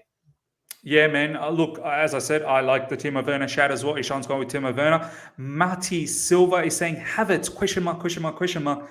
Look, I think the hamstring injury, I wouldn't want to rush him back so quickly. He missed out on the last game because of the hamstring injury. As Taron said, there's some pictures flying around that he's back in training.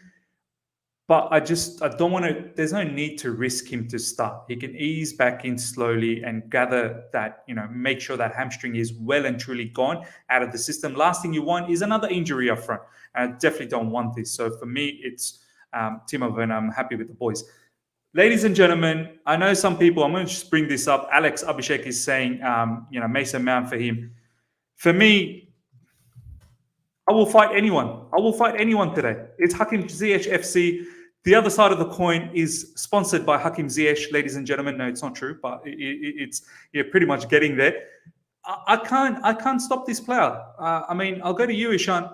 Leicester, we were doing once again the watch along. Electric. He came off the bench. He should have had 3 assists, not 1, 3 assists. One of the chances Pulisic missed. There was another chance where Reece James took the shot and he scored, but it was deemed offside.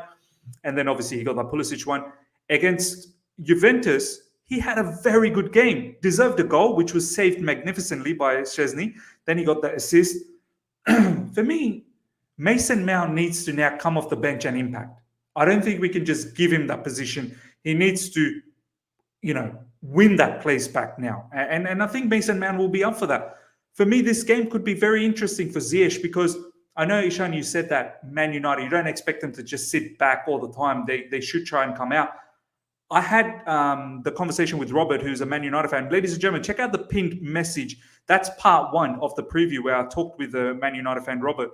And he was saying that Man U, they're not good with the ball.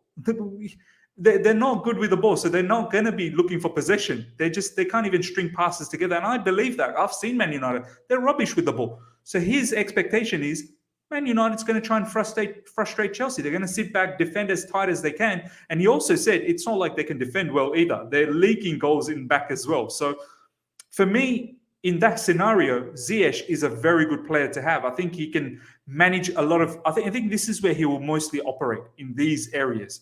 And then you'll get Reece James sort of bombing up in that area. And then you're going to get Ruben Loftus-Cheek sort of helping out here. This situation looks tasty for me. Ishan, it's Ziyech for me, man. I know you sort of said Mason Mount as well, but what's your thoughts? Yeah, I think so. Mason Mount is a good shout, to be very honest. Yeah, of course. Tactically speaking, Mason Mount is a good shout because, you know the fact that they're not good on the ball. So maybe there will be certain situations where you need to capitalize on the man-to-man pressing that we do, and Mason Mount is probably the best at doing that. And you would maybe kind of want him in the squad for that. But coming to Ziyech, he's had a great run for 2-3 games now, and you wouldn't wanna get that to waste. We know the fact that he's had a poor run, and now once this man is showing outputs, the fact that you'd want to capitalize on the whole situation and give him more game time. But yeah, look, when you compare Ziyech and Mason Mount at this position here, the only thing that you'll have a good standpoint for Mason Mount is the defensive work rate, the tracking back, and the man marking. If you'd want to say, if these attributes are covered well by Ziyech, which I can say that he did exceptionally well against Juventus, and I was kind of very happy. He worked his socks off against Juventus. 100%. Out of nowhere, he just realized the fact that, damn, I need to run, and he's just started running and kept running. And if this is the thing that he's gonna continue for the game against Man United, I think so. This Ziyech is going to be very, very good for us. If not, there might be chance that he just slows down. Then you might need to bring on a Mason Mount back in, because you wouldn't want to kind of lose possession at those important areas where we're kind of into the phase of attack. Then we're again on just a blink of an eye into the counter transition position.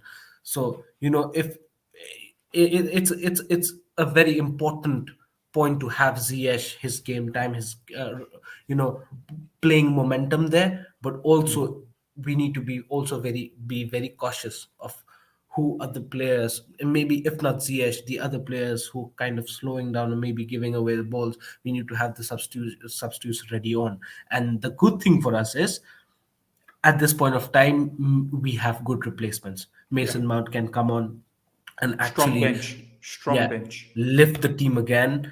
Although, again, fingers crossed, I hope that nobody gets injured, because this is a very, very crucial time again. And we've spoke about this, that the December is approaching and you wouldn't want any injuries. And we've got injuries, again, back-to-back injuries with Kovacic and Ben Chilwell.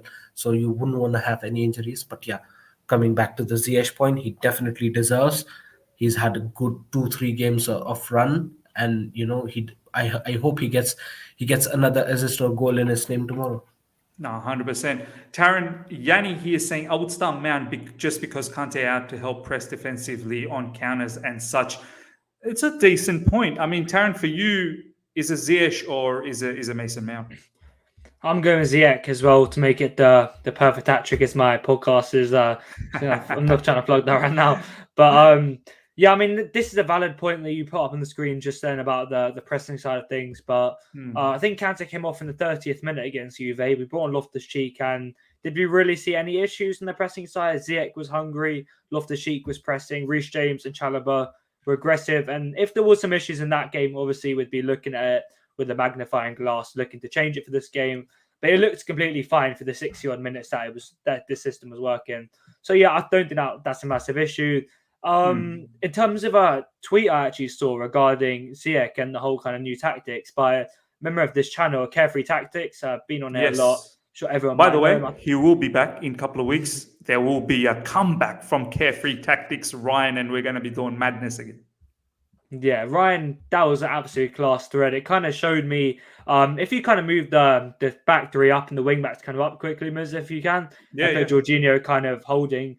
I kind of moved them two up and moved Loftus-Cheek a bit over to the right near Ziyech. And Jorginho kind of holding. Rudy and Chalobah kind of right up next to Jorginho and Sylvia just in behind. What this allows us to do, this new system with Ziyech there now, is Jorginho is kind of covering that space with two kind of quick, progressive centre-backs. It covers all the space in transition.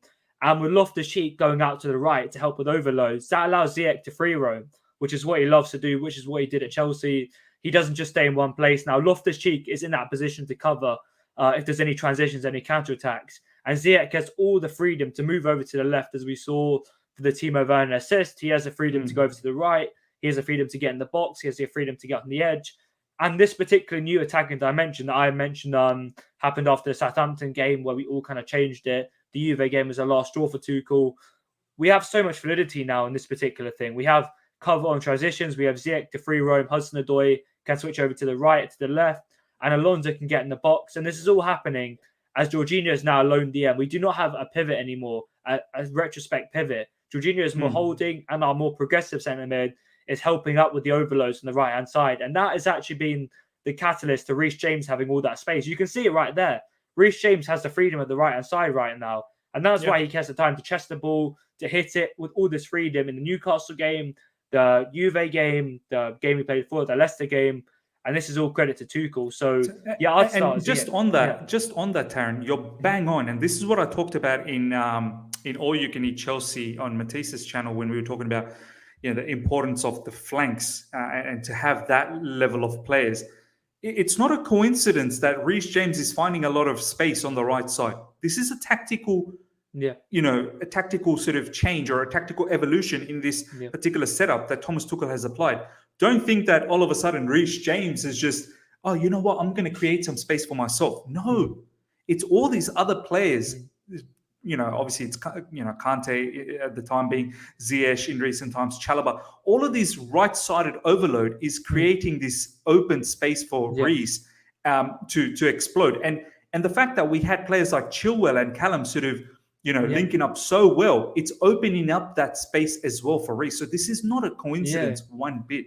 Yeah, and I'll summarize it very quickly for people who maybe don't quite understand the gist of this. Ruben Loftus-Cheek has moved over to a more right position. If you move Ziyech over to the left a little bit and Werner over to the left, Hudson-Odoi over to the left, even a little bit more if you don't mind, just a little bit more, Ziyech has the freedom to free roam more. He's not as a right. And we have 4 players occupying the left areas, and that means more defenders will kind of occupy these 4 players. And then without a flash, Reece James has all this space at the right-hand side. All the players are focusing their attention on the 4 players here, and it leaves Reece James one-on-one, which I think we will see a lot with Luke Shaw on Sunday. Luke Shaw will be one-on-one with Reece James a lot. And who is in a better form right now? Who will win that battle this season? Reece James will 100% win that battle. He'll have the time to chest it. He'll get there a split second more. He'll smash past De Gea.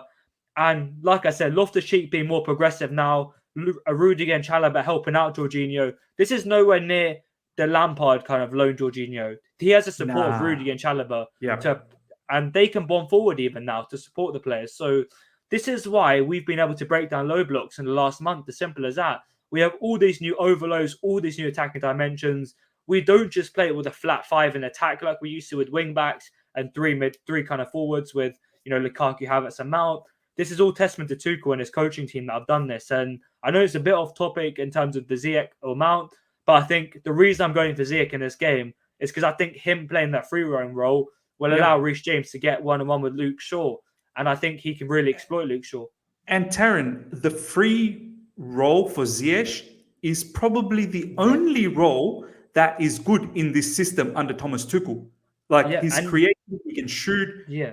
Mm. it's the best option for Ziyech. Do you know what I mean? Yeah, and you remember the game we played not this Spurs. time last year under Tuchel, Man United, Chelsea, Oh, no yeah, at yeah, yeah. Stamford Bridge. Yep. Ziyech was primarily a standing player as a right winger in that game, and he got pressed out of it by Harry Maguire. He was not in it. But if he has a positional awareness to kind of drift all over the pitch, he'll drag Maguire with, but obviously not Maguire in this game. He'll drag Eric Bayer or Lindelof with him, and that allows a space for Alonso or Reece James to make them dying runs. I Yeah. mentioned Timo Werner and Eric Bayer situation. This is the perfect role for Ziyech. We saw in the Sheffield United game when he first came in. Yes, he made them great balls from the left, but he was playing everywhere. He was drifting over to the left. He has the kind of feeling that he is a big part of this team again. And I feel like if you go, I mean, he feels like he needs to feel like he's a big part of the team. And when he has this free run position, he feels like a main man again. And that's what drives Ziyech to perform on the big stage. 100% well said. 888 bus stop. Thank you so much for the super chat. Alonso will score a free kick with CR7 in the wall. I can't wait for that. Honestly, that would be mad. But ladies and gentlemen, see, we always talk about formations. Oh, it's going to be 3-5-2 or 3-4-3. Look at the formation that Taron has created here. It's literally 1-3-3-3.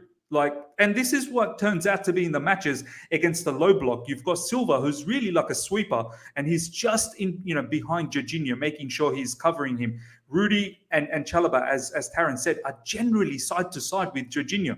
They really are, making sure that there is a passing option for Jorginho, and at the same time, if there is a ball that is been dispossessed by Jorginho, for instance, or a pass that is mistimed, Rudy and Chalobah are quickly there to compact, to make sure the defense is nice and compact like this. And then the fact that Chilwell, why he was so important, he was able to bomb back quickly and give that extra body. And I'm hoping that Alonso is going to be able to do that. With the ball, I've got no issues with Alonso. He's going to be okay. It's without the ball. Does he have the desire to come back and support and mine these areas where we don't want to be outnumbered? We shouldn't be outnumbered. We've got 4, but Chilwell always made sure that we are 5 in defense straight away. That's what I liked about that. But ladies and gentlemen, this is the lineup. Let's just bring it back again. Rudy, Silva, Chalobah, Mendy in goals. That's what we've gone with. We've gone with a pivot of Jorginho and Ruben Loftus-Cheek, Alonso and Reece James as our wing-backs. We've got Ziyech and Callum as the inside forwards and Timo Werner as up front. Let me know what your thoughts are of this lineup, ladies and gentlemen. We'll go straight away to score prediction. I'll go to my man, Ishan. What's your score prediction? I think so. We'll have a win, a confident win, but I'm not sure whether it's going to be that easy the way Liverpool or like a Man City overpowered them. I would definitely love to, I would love to just drink liters and liters of Man United tears, yeah, just. But don't bring any water for the watch along. We'll have Man United tears. Yeah, for sure. But I think so, just considering the fact that, that they can have a gear up. We're missing Chilwell, and, we've got Alonso in place of Chilwell. Also, the party spoiler, Anthony Taylor is refereeing the match. We have to talk a little bit about this. I mean, is he going to ruin the match for us again? Is this what he's going to be doing? I think so. I think so, Miss, because this is against United, and we've seen in the past the record. But he might as well wear the United jersey and come up with a whistle, and just maybe might as well do that. Have a couple of one-to-one tiki-taka passes with Ronaldo as well if he wants to do that, just to clip it and show it to his family. He can do that. But the thing here is, the last game that Anthony Taylor refereed, I think so, it was kind of a very smooth, well-run game, if you want to say. It was. Yeah, so was he building up to this game? Was he like saying, "I'm building up. I'm building up for a masterclass"? Anthony Taylor masterclass. It might be because you'll always see if Anthony Taylor referees our game against a big club. We've seen that against Arsenal, against Man United as well in the past. Things have gone bad, and things have been bad to the point where it costed us the game, or there has been some some results been affected due to those decisions. But yeah, I think so. if we have a decent game and a decent refereeing decisions by him, we're gonna have a good game of football. If I don't want to jinx it, but Bro, I this just hope. comment is too funny. Oh my This god. Anthony Taylor might show a red card to Kovacic. He'll be sitting in the dugout.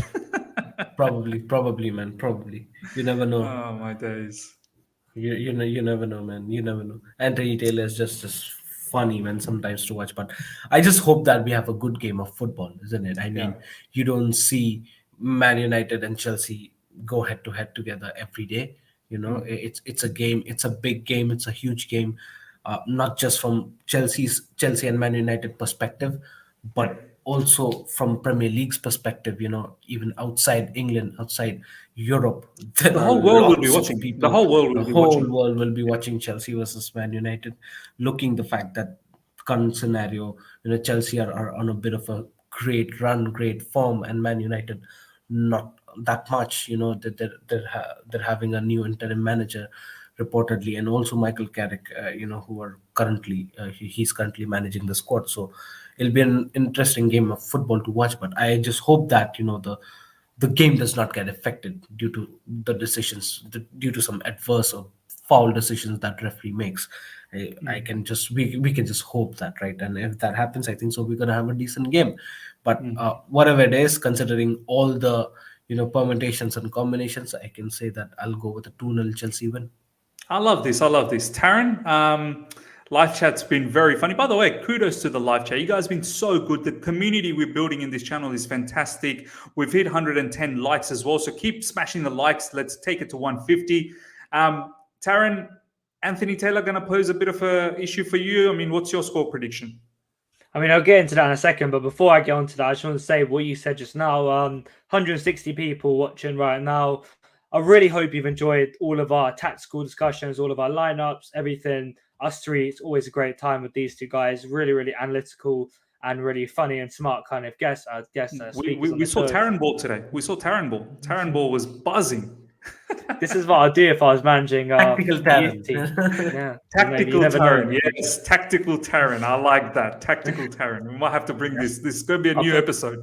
I'll put that on my Bradford passport, okay? Tactical Taron, just Mr. Tactical Taron. But yeah, everyone watching right now, 160 people, smash that like button. It really helps the channel. We can get more vlogs out there. We can get more everything. Great content you love. Everything you want. Just get the likes up to 150. You can do 160. At least half of you, smash the like button. Everyone, good at that. And yeah, secondly, I want to say shout out to Carefree Tactics again for opening my mind up to more tactical views of the game. I love tactics, so great for that. And yeah, onto the score prediction. Finally, we got there. I'm always really overconfident. I really shouldn't be, and I really probably shouldn't. Like I told you, that Man City fan, I went on this show before the game. I predicted 4-0, and we got schooled 1-0. It was tears, almost tears for that game. But I'm going to go with 2-0 to Chelsea. Not too overconfident, just because I think Man United have Carrick. They were quite solid against Villarreal. They provided threat on the counter-attack. I think 2-0. I think Hudson-Odoi is going to score again, honestly. He's been playing sublime recently. I think he'll score again. And, I have to go for Marcus Alonso. I think he will score. I think he'll Marcus Alonso. He's destined to score. He's destined to score. It's written in the stars. And everyone's going to get gas, get on the Marcus Alonso train again. And it will choo-choo. It will happen for the next Christmas period. And yeah, I mean, you mentioned Anthony Taylor. I mean, he is an absolute idiot when it comes to Chelsea. He gives silly decisions. He gives really, really stupid decisions. But we cannot purely look at the referee. We're playing amazing football right now. Even if they had the most evil man, the most hated Chelsea man in history as a ref, I still back us to win, just purely how we're playing. So let's not look at Anthony Taylor too much, even though his shining bald head blinds all of us when we're watching on TV. Let's forget about Anthony Taylor and let's just get the win. 2-0 Chelsea, Alonso and Hudson-Odoi. I mean, Anthony Taylor is going to dip his hand into nice cream, shine that bald head of his brilliantly. His hair gel, the one follicle back. You remember that Rocks dialogue? Shining up nice and straight. And shining up nice, turn it sideways and some that. Oh man, The Rock. I love The Rock. But now, ladies and gentlemen, boys have gone with 2-0. A lot of people have gone with 2-0 as well. I'm going with, actually, I've got the swagger. Like, like Taron had against Juventus. I'm going with 3-0. I'm going with a lot of swagger into this match. We're going to pump them, especially in the wings. Reece James probably going to score another goal or either an assist. I'm seeing, Callum Hudson-Odoi probably going to, get a goal as well. Timo Werner might get into the act. I hope Hakim Ziyech gets into the act. If I'm being absolutely honest, I will lose my mind. I will not kid you around. If Hakim Ziyech scores or assists, even the watch along against Juventus, Werner scored. I was cheering for Ziyech. I was like, Ziyech! And it was Timo Werner that scored. But it is what it is. Ladies and gentlemen, hope you guys have enjoyed this stream for the preview. Do make sure you check out the part 1 of the preview to see the opposition analysis that's pinned to the messages right now. Next up, we'll have the Arsenal watch along. Ishan, my man, will be there. Hopefully Newcastle gets the victory. We are going to celebrate. It's going to be such a fantastic watch along. Hopefully Newcastle's first victory under their new, Saudi Arabian Arab money regime. So let's cheer them on, or else they're dead. They're absolutely dead. They need to start winning ASAP.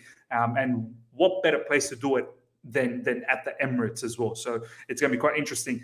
To the boys, thank you so much for taking the time out. It's very late for Ishan. So Ishan, go to bed, rest up. It's getting late for Taron as well. 9:18. I think that's still enough time to go to a club. So he's probably going to head to a club now and pick up some girls. I don't know. We'll see what he does on a Friday night. And to the live chat, thank you so much as always. Until next time, everyone. Take care and see ya.